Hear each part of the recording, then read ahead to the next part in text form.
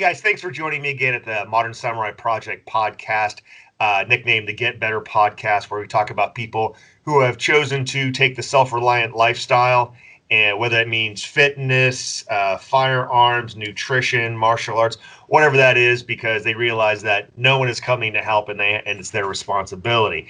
Today we have a special guest, our first outside of the U.S. guest, Tore Haugli. He is from Norway. He is, well, I'm not going to go too much into it, right? Just know that he and I have known each other for a while. We've talked about competition, firearms manipulations, and it is very interesting on my part because, we're America, right? And we know about guns and nobody else does. And yet the insight that I have seen him give other people, and myself for that matter, has been enlightening and very on point. So just kind of want to talk at another perspective outside of the U.S. So Tore, tell us a little bit about yourself, my friend. Yeah. Well, I served in the military in Norway for 11 years on active duty. And then I did 4 years in the National Guard before I finally left the service back in 2017. I started shooting IPSC in 2014, actually after I left the military, because I wanted one hobby once I got out of the military, and so that shooting was that for me. I deployed to Afghanistan and Kosovo while serving, and now I work in the defense industry / gun store business. Okay. Just the short of it, yeah. Okay, awesome.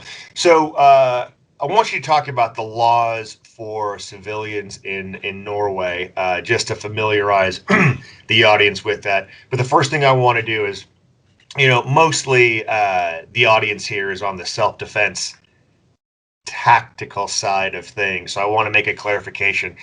Most people hear, USPSA and IPSC being used synonymously, mostly because of the classic target, right? Or a metric target. I forget which one they're calling it now. They keep on changing it, right? So for the audience out there, to be clear, IPSC was the primary foundation. It was actually started in the U.S., but then the governing controls went over to Europe. But USPSA is the American division of IPSC. Just so you guys know. So we will go back and forth. For example, in America, I shoot USPSA, Tore shoots IPSC. For all intents and purposes, except for some equipment rules and some stage planning rules or stage rules, it's pretty much the same sport. I just want to clarify that. So Tore, can you show the audience? So as far as civilians go, which you are now, what is the rule for? Let's just talk about pistols. We don't need to worry about anything else. So yeah. So in order to own a handgun in Norway, you need to join a gun club, shooting club, whatever. And you then need to pass what they call a basic safety course, which is usually 2 days, where they cover, laws and regulations. They give you a brief introduction on how to, handle a firearm safely, stuff like that, because you have, everyone from guys who've been in the military for a long time who want to start shooting, and people who have never owned a firearm or shot a firearm in their life, right? Mm-hmm. So it's a very basic course. And then you have to be a member of that club for 6 months and be active during that time. You have to be at the range, I think maybe 2 to 4 times a month in that time period. And then you will, receive certification, you might say, from your club that you have, completed the necessary requirements for activity and such. And then you can apply to the police for a license to buy a single firearm. So that's the process. And then all firearms ownership is based on a need here in Norway. So you have to articulate a need, be it competition or be it hunting. That's sort of the two main things. I think you can get a carry permit, but that's extremely rare. And mostly it'll be for less lethal options, such as mace, pepper spray, etc. Mm-hmm. Yeah. So, and I mean, you can own quite a few guns. I own ARs. I own, almost 10 pistols. But it depends on, the competition you shoot and how you're able to articulate your need to have those firearms. Interesting. Okay. So I find it interesting in that it is actually passively encouraged to be more active while shooting, right? They actually Yes. want you to get more experience before you can actually. Okay, that's interesting. I didn't know that. So okay, so when you said you had to buy one, you could buy one handgun. When does it get to the point where you can buy more or get into the rifles?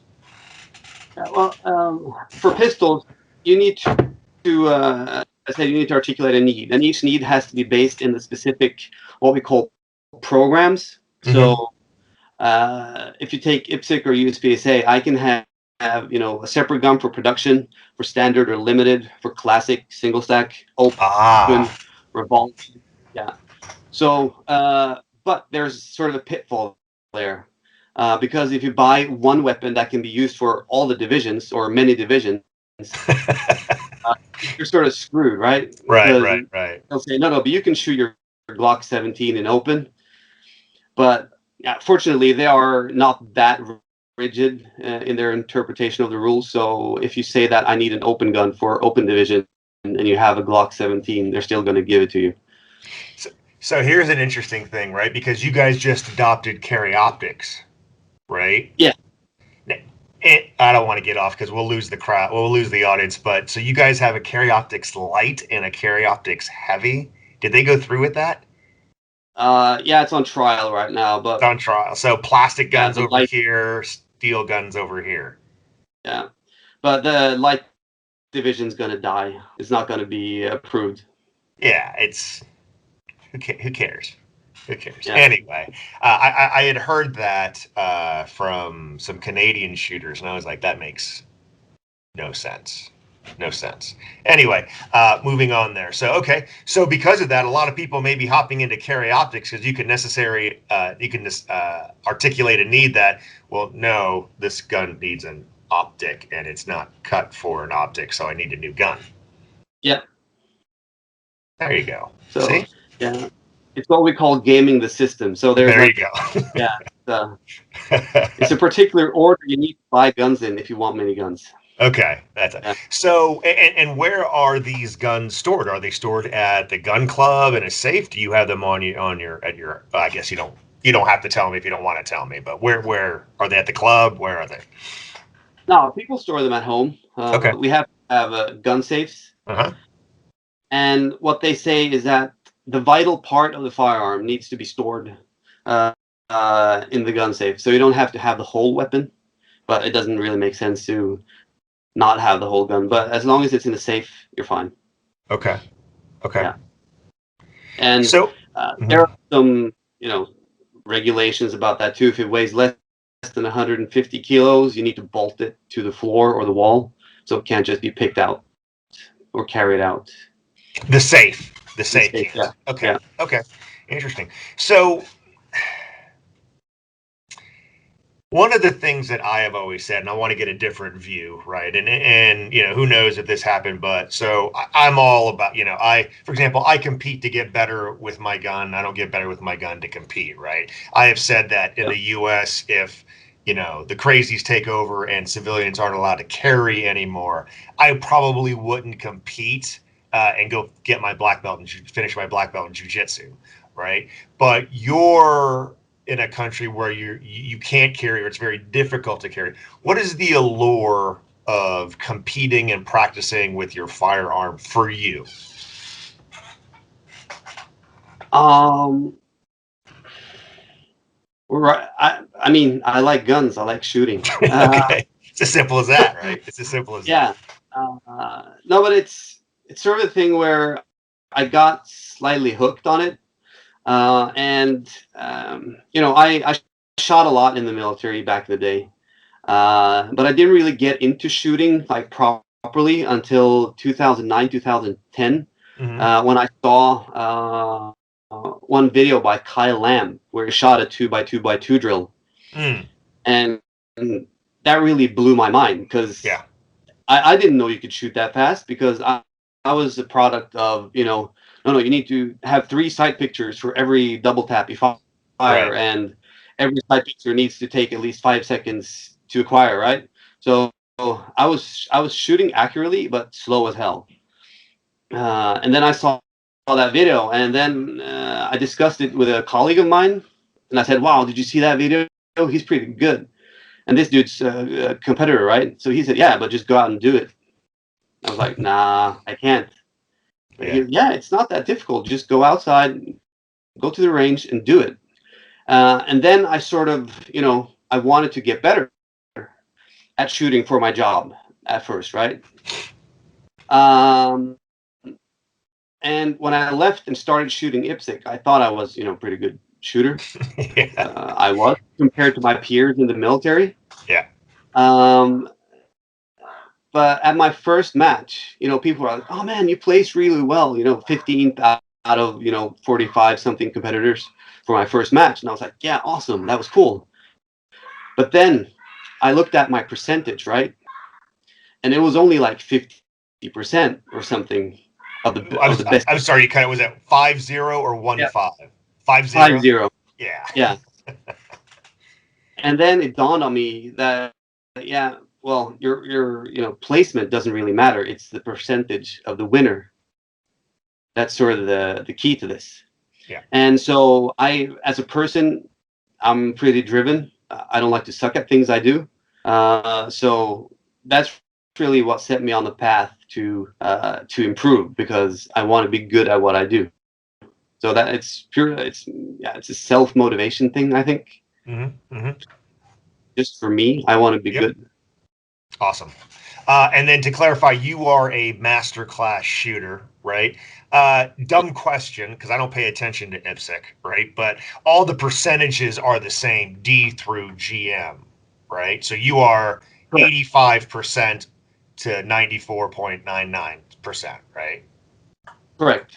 Okay. So again, to clarify for the audience out there who may not compete, I'm a masterclass shooter. Tore's a masterclass shooter. What that means is, in our last 8 classifiers, the top 6 averaged out to, at a point in time, 85% or better. And technically, it's of the high hit factor, which is the best that those classifiers have ever been shot. Ergo, the best in the world, right?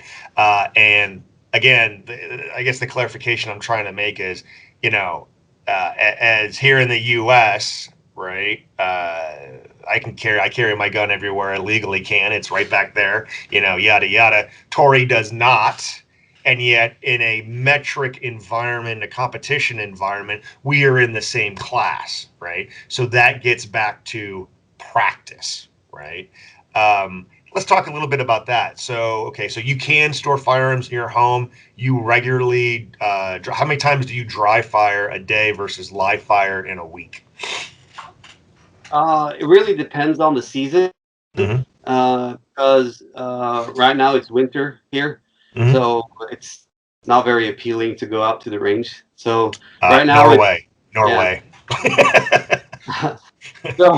So now it's I do more dry fire now than I do live fire, just because of that. And one of the clubs I'm a member in, they have like 10 small level 1 matches that last January through sometime in March, I think. So I just attend those matches just for the live fire portion, and then I go all out during those matches. I just want to see what I can do, because they're not important matches, quote unquote. They don't count towards my class. Your practice matches. Are those the matches that are indoors and look like you're like in a cave hallway type of thing? Correct. Yes. Okay. Yeah. No, but usually I try to do dry fire every day. Sometimes it's hard based on work. I leave for SHOT Show like tomorrow, so it's going to be. Oh, you're going to SHOT Show? Ah, shit! I'm going to miss you. I'm not going this year, so. Oh, yeah. And yeah, I've been traveling. We're working on some big tenders for the military and stuff, and that takes up quite a bit of time. But I try to do dry fire every day, about half an hour during winter time, and then I shoot those weekly matches, which is my live fire for the winter season. Okay. Once the weather clears up, I'm at the range, yeah, 2 times a week maybe. Okay. Practicing, and then I dry fire. Yeah, again, try to dry fire every single day, which is the goal for this season because I'm working towards the European Championships, which is in September in Serbia. Mm-hmm. So I'm going there. I'm really stepping it up a notch this season. Awesome, man. Awesome. So how are this country's so big and we've got all these sides and they all hate each other and blah blah blah, and it's interesting that we're the land of the free, home of the brave, blah blah blah, but man, we got a lot of not strong people out here. And when you get labeled the gun guy, some people are absolutely fascinated, but a lot of people are like, and that's in this country. I mean, I'm sure you're the gun guy in your neighborhood, right? Yeah. Are there any stigma? Is there any? Do you get any attitude for that? Is it just not a big deal because it's a sport out there? How are you approached by non-gun people? I think a lot of people don't understand it. They look at guns as something dangerous, something violent. But you guys are Vikings. How's that possible? Everything's violent, right? Something happened, man. Something happened along the way. So I mean, sport is or shooting sports is actually one of the oldest sports in Norway. Mm-hmm.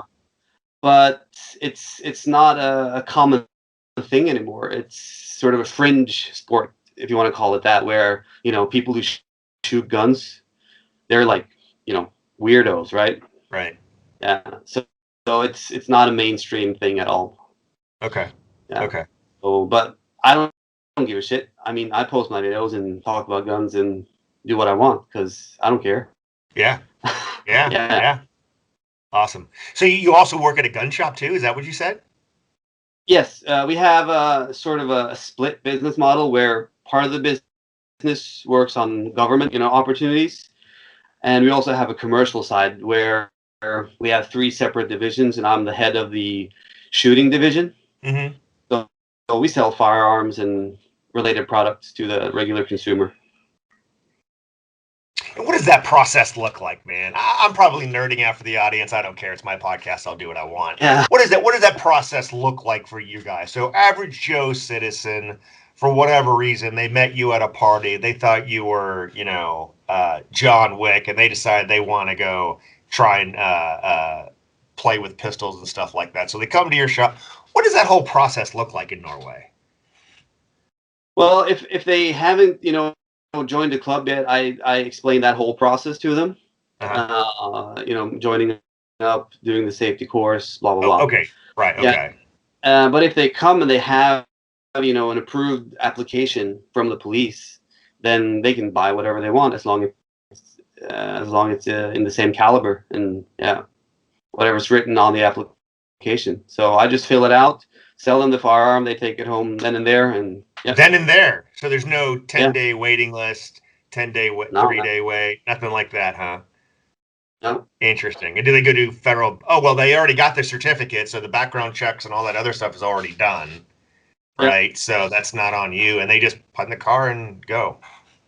Yeah, exactly. So, but I mean, we try to pay some attention because of we have elements here who are up to bad things. Mm-hmm. Mm-hmm. Try to do some screening. I mean, there was a terrorist attack. Was it yesterday or the day before? Stabbing here in Oslo. Probably didn't get a lot of attention. And it was labeled as a terrorist attack, even though it was just with knives. Yes, he had admitted to it that he was planning on stabbing more people after he got arrested.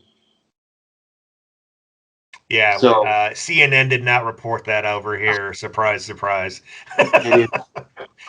Yeah. No, but so we have had instances where people have tried buying guns, and you try contacting them to Mm-hmm. see if they have their application ready, and you don't hear back. And based on uh, different factors of that order, Mm-hmm. you make a call to the right authority just to let them know that this person so and so has tried to buy a gun. They're not responding because some people don't know the rules, so they think that you're just going to ship it to them, right? Yeah.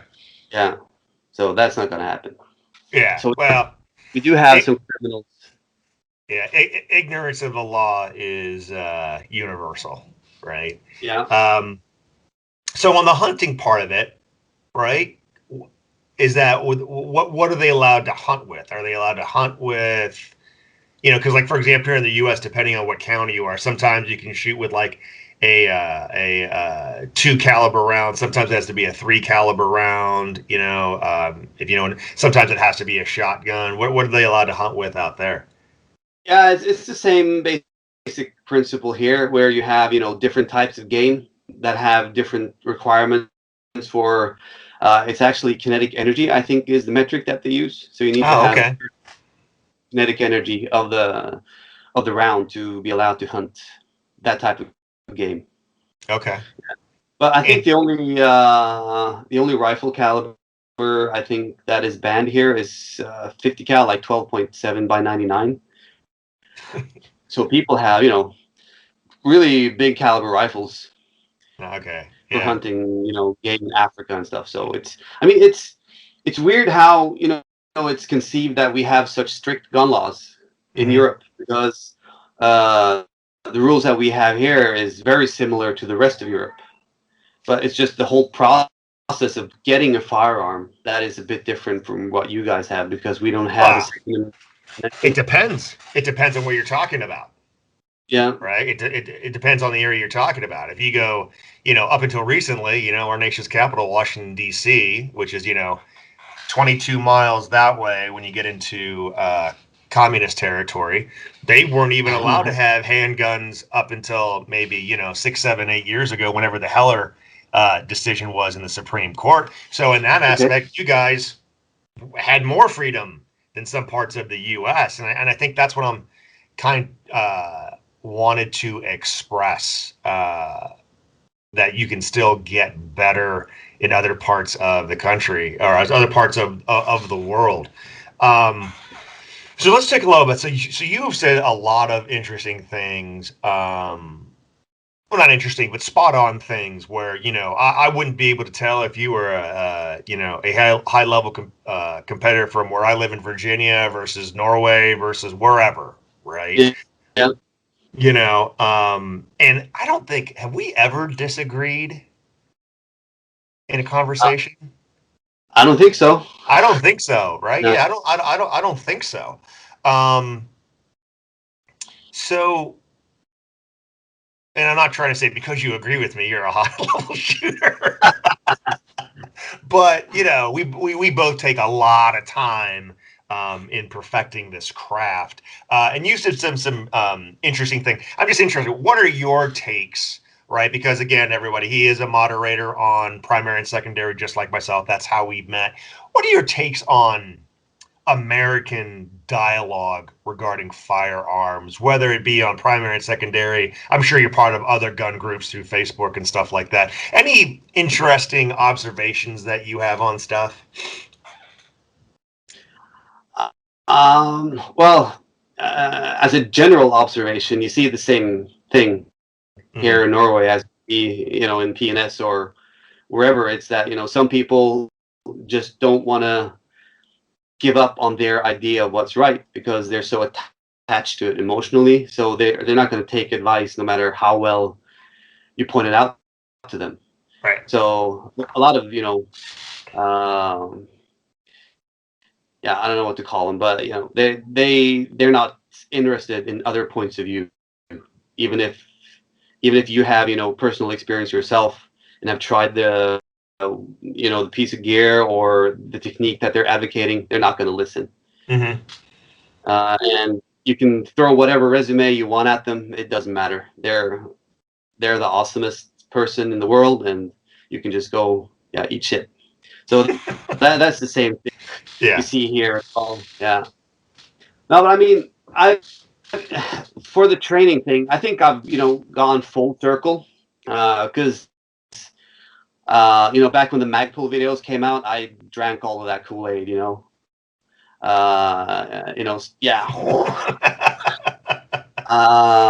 And all the pseudoscience babble, that they were putting out.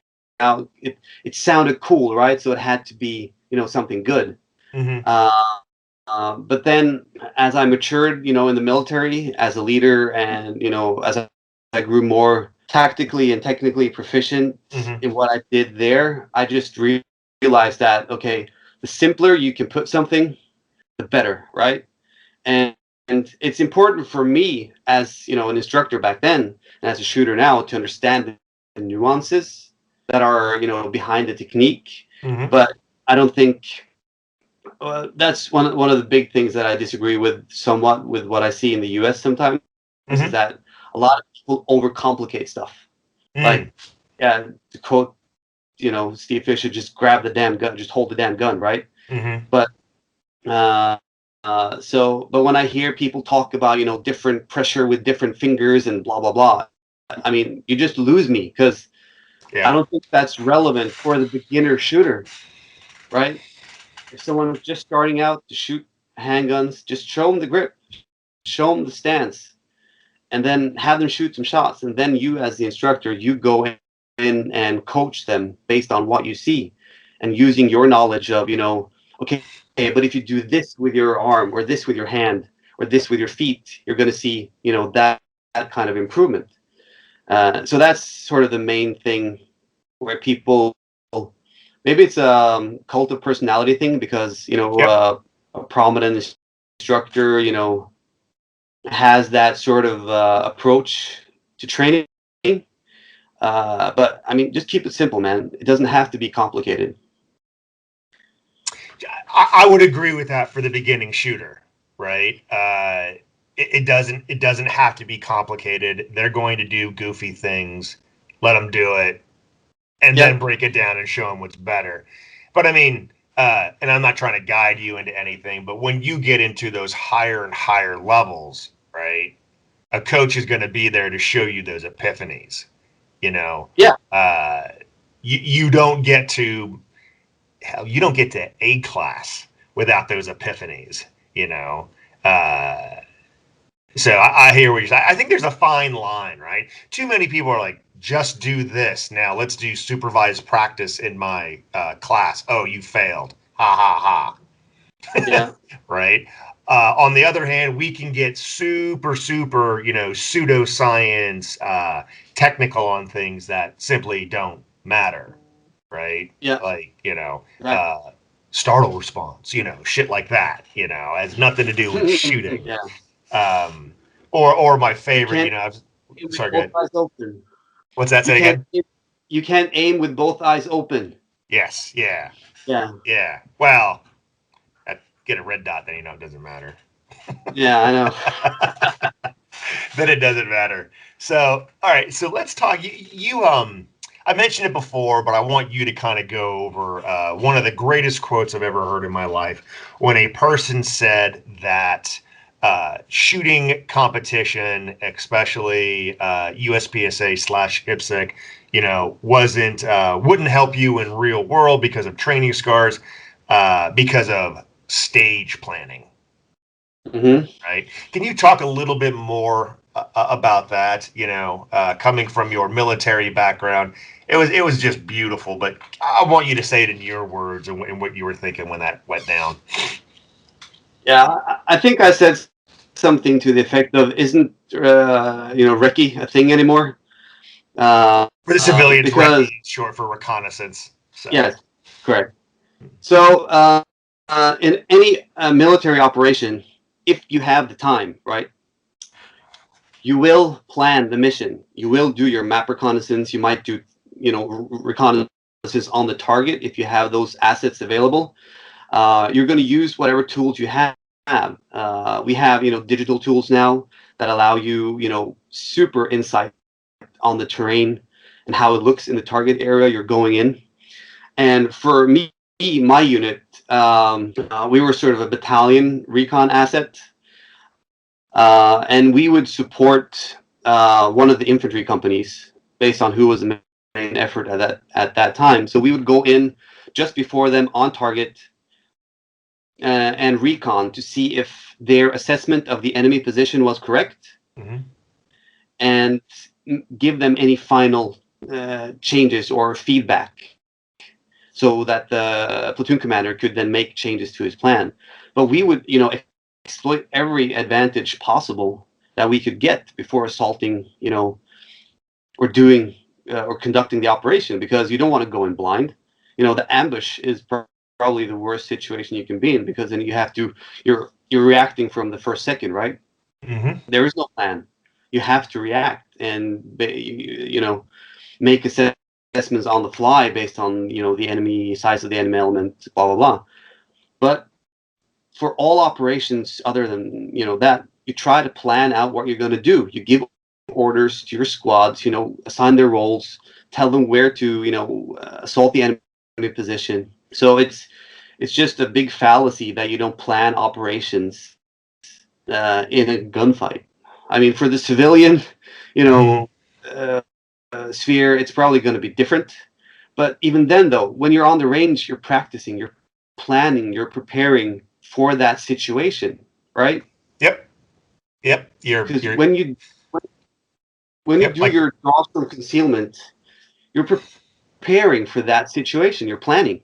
So even though you don't know exactly where it's going to happen, when you train in different environments, different situations, you sort of what's the word? You ingrain those habits and thought patterns to prepare your mind to react to any situation, really. Because small unit tactics, there are no. A lot of people say it has to be autopilot, but that's not really true. You always think and assess the situation and make decisions and decide course of actions based on what you see. And that's the thing, because tactics are only principles that you apply to a situation that you're in. It's nothing more. It's not, you can't say, okay, if you're in this situation, do A. That doesn't work. It has to be, okay, I know these, various battle drills, blah, blah, blah. And that's what we're going to do. Awesome. Yep. And,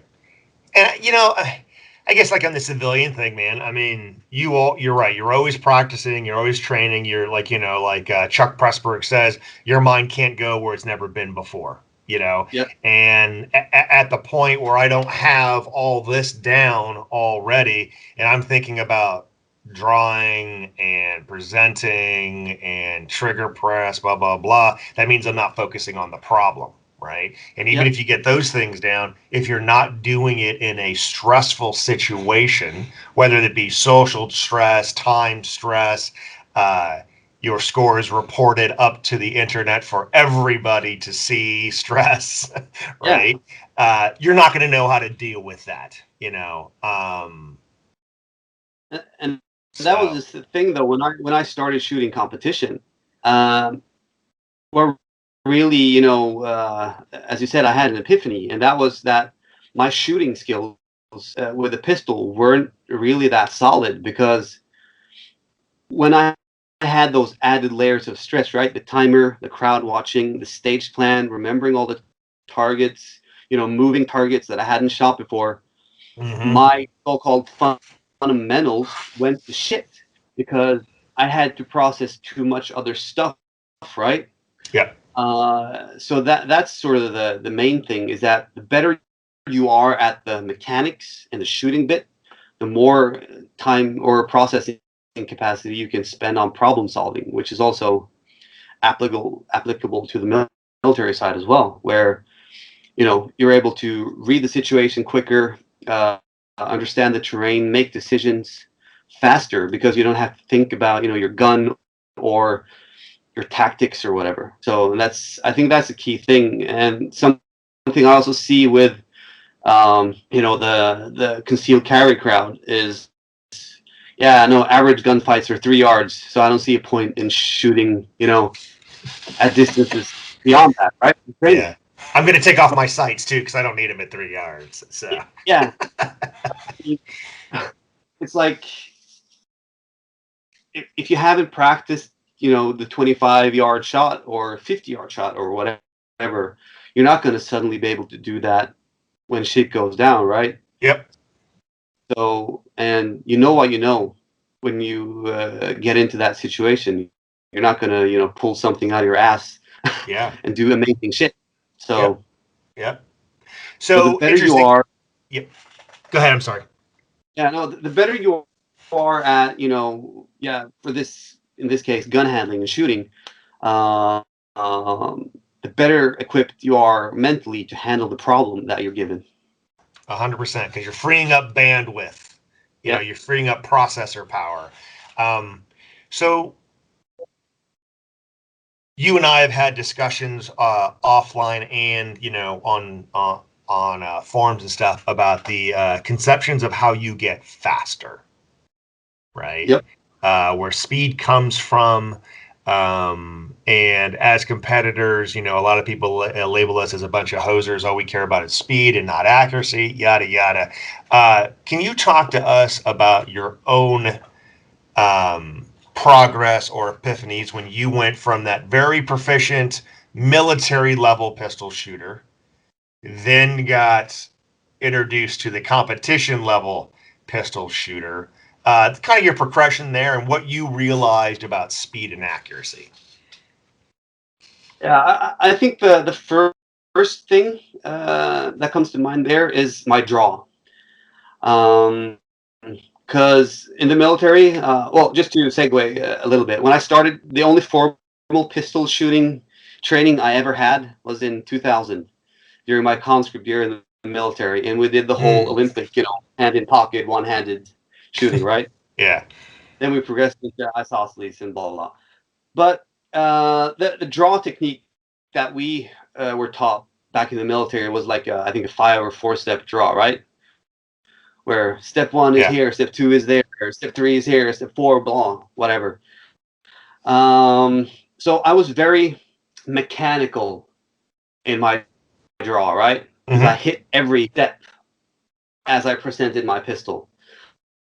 And then back in 2014, I just happened to get a spot at a class taught by Ben Steger here in Norway. And as a part of the course fee, we were given his dry fire book, right? So I was like, yeah, I'm going to start doing this because it's organized. He has suggestions for programs and whatnot. But then I started looking at his times for these drills, right? and one of the drills is a 1 second draw with a side picture, or it's even shorter than that. It's 0.6, yep. I think. Yeah. I was like, fuck that shit. I'm not going to be able to do that. I could barely hit 2 seconds on my draw, right? Right. So, yeah, again, it's a mindset thing. And I told myself that I couldn't do that, And you so were right. I lost the fight then. Yeah. Yeah.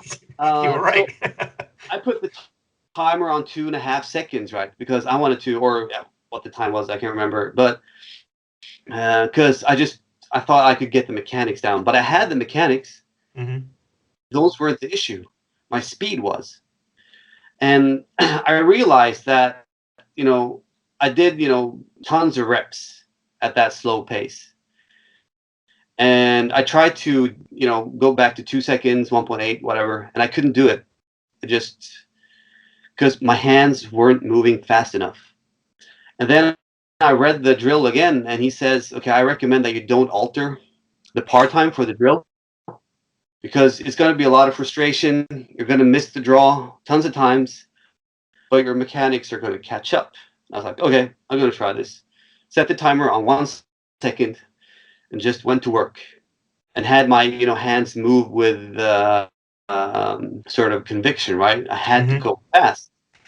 And lo and behold, I got that. Yeah. Yeah. It's, it's like magic. No, it's not. It's just you have to go fast to be fast, and that's the secret if there is one. So let's clarify this though. Let's clarify this. From the time you made that philosophical jump and went from a 2-second draw, and is this from a competition rig, or Yes. It's from from a 2-second draw from competition rig. Did you have a sandwich in between? Yeah. I don't know. Anyway, to a 0.6 after you made that philosophical jump that this is going to happen. How long did it take? Man, it's really been quite a while since I hit that benchmark, so I'm not quite sure. But maybe if I say month and a half, maybe, of just hard work, just yeah. Okay. If that's correct. So I can't remember time. really. So collect, but 0.6 is spicy with the sight picture. I mean, I know that's yes. That's spicy, right? So from the time it took you to get from 2 seconds to 1 second, right? Not over, we're not counting moons here. We're counting actual practice time. Can you throw out a guess?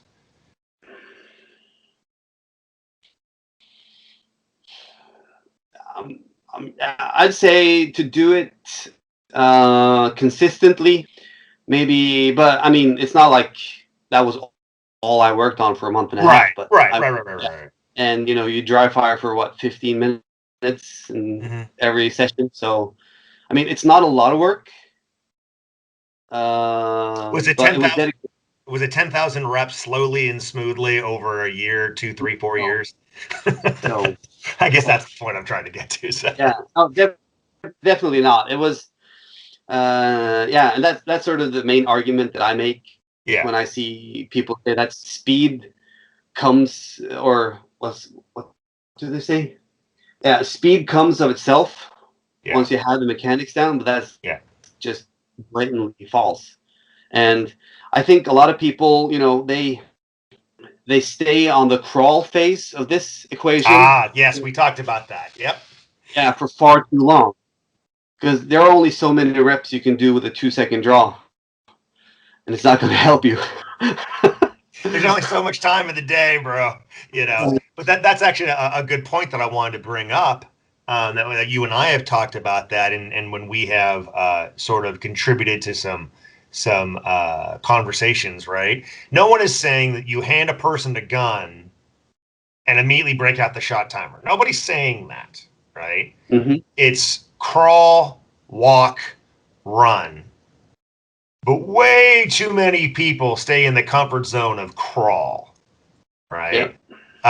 And they are doing a disservice to themselves, and instructors are doing a disservice to their students by promoting that, right? Yep. And you were doing that. You did that without any real coaching. You went to a Ben Steger class, which is drinking from a fire hose.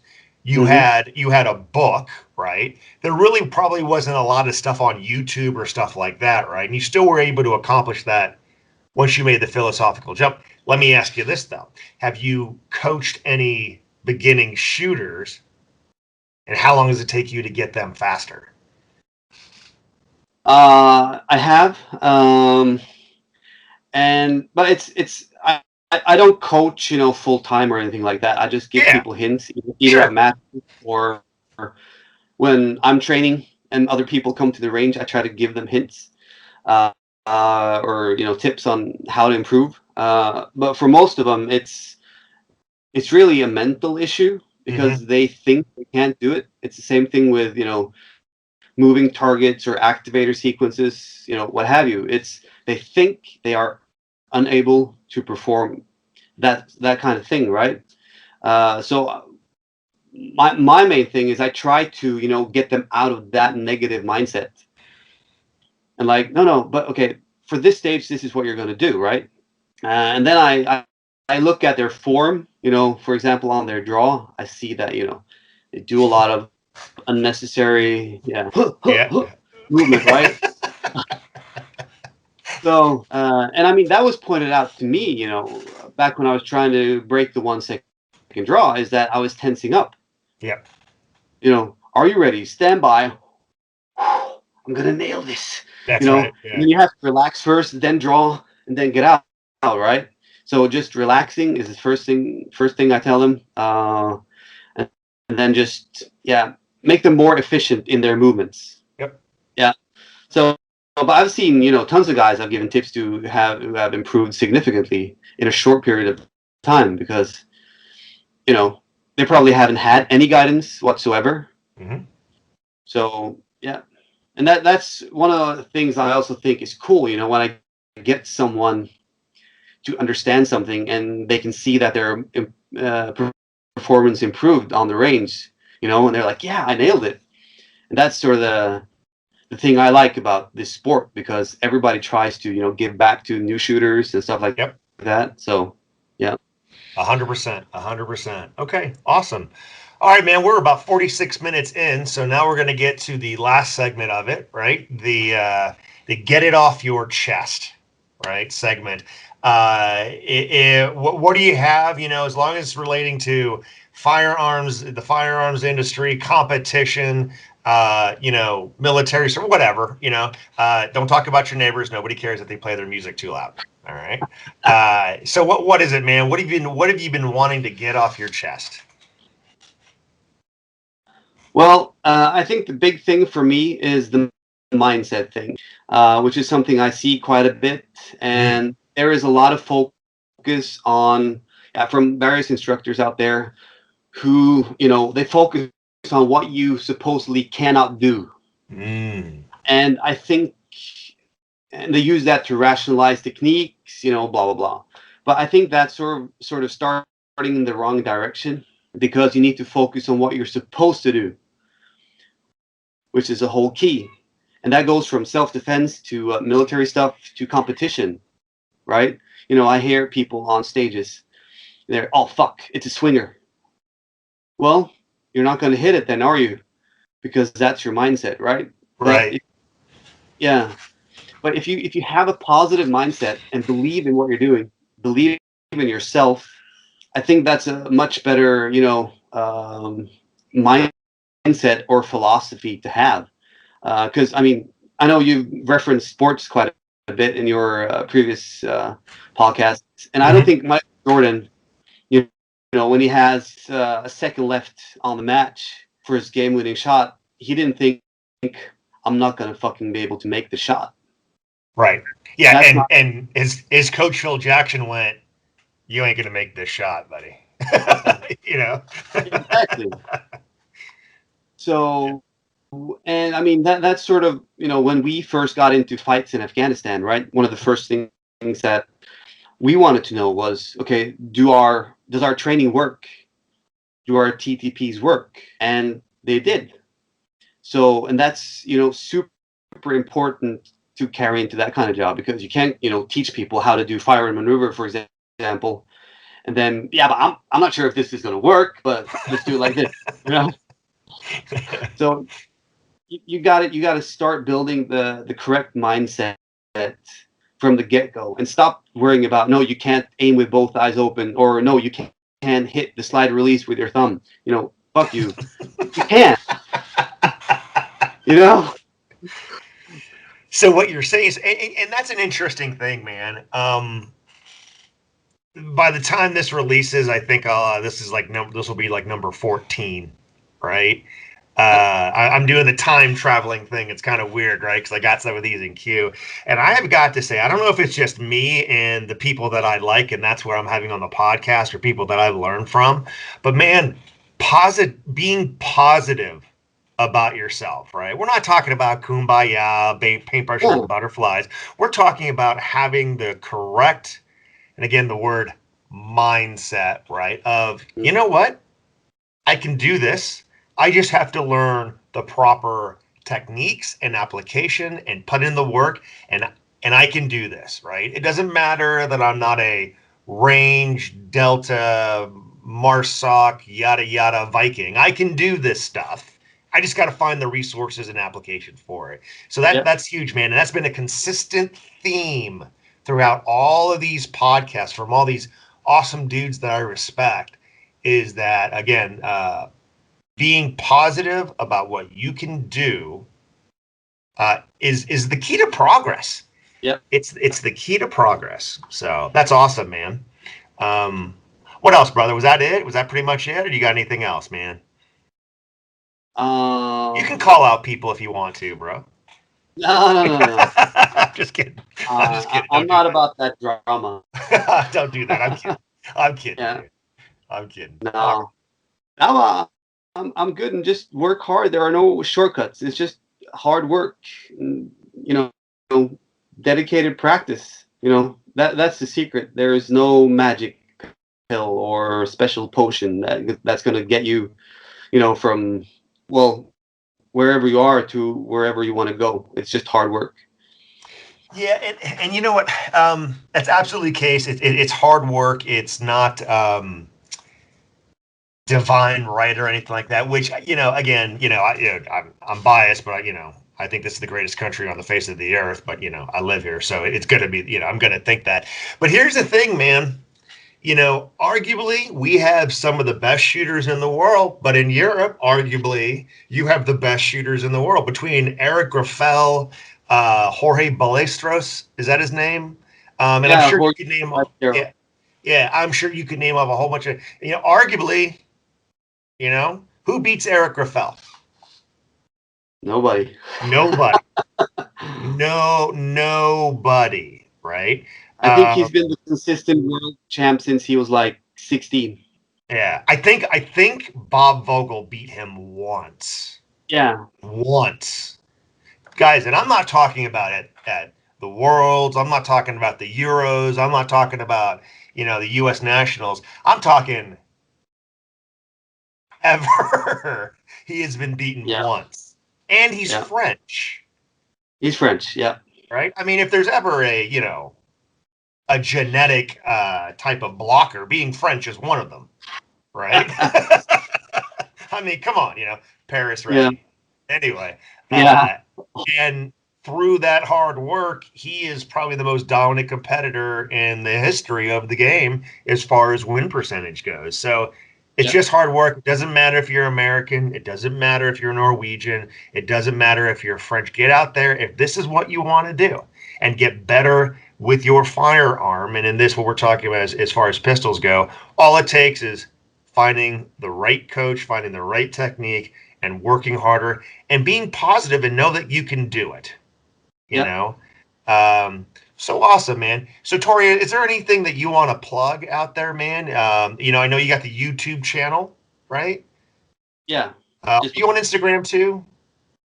No, just I'm not really big on social media things. It's not something I really grasped onto. So yeah, but where can people find you? Primary and secondary, right? Yeah, I think that's the best way. I have a YouTube channel.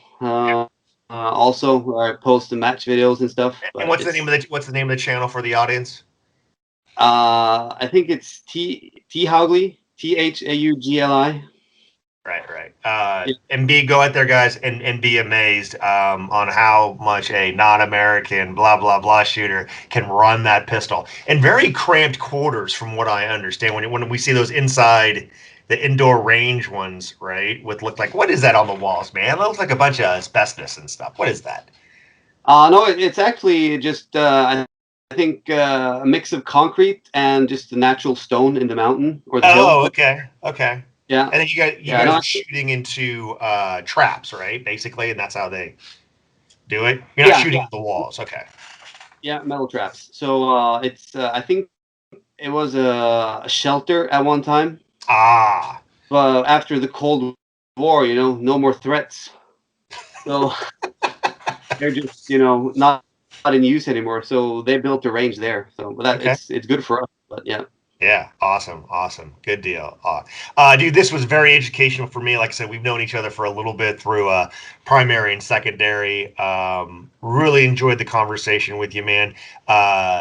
Travel safe to Vegas. Don't get sick. How long is that plane ride, by the way? I'm not really sure. I think we have a layover in London, so it's 2 hours to London, and then I think it's about 10 hours from London to Vegas. Man, all that So travel just to get sick. That's awesome. yeah, and I hate traveling. I love it when I get there, but the traveling part, sitting on the airplane for 10 hours, Yeah, not for me. yeah. No, I hear you, brother. Awesome. Hey, man, thanks so much for coming out, dude. Really enjoyed the conversation. Hopefully, it opened some eyes about out there about getting better, and you don't have to be just in this country and be in the gun culture to get better, man. So I sincerely appreciate it, guys. Once again. I'm teaching classes all over the country. Go to modernsamuraiproject.com, click the classes button. I also do virtual privates where I help fix your janky ass draw and your reloads in dry fire and get you to that unattainable 1 second Instagram famous draw. But hey, come on. Love to train with you. But more importantly than any of that, be good, stay safe, get training.